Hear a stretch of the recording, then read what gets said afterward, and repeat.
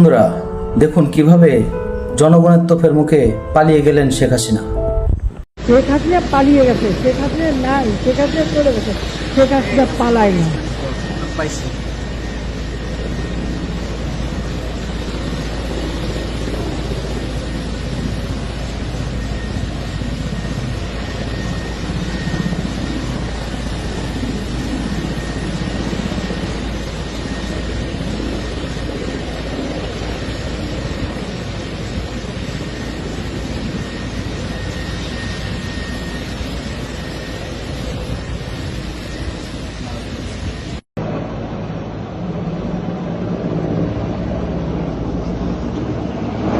Holy shit!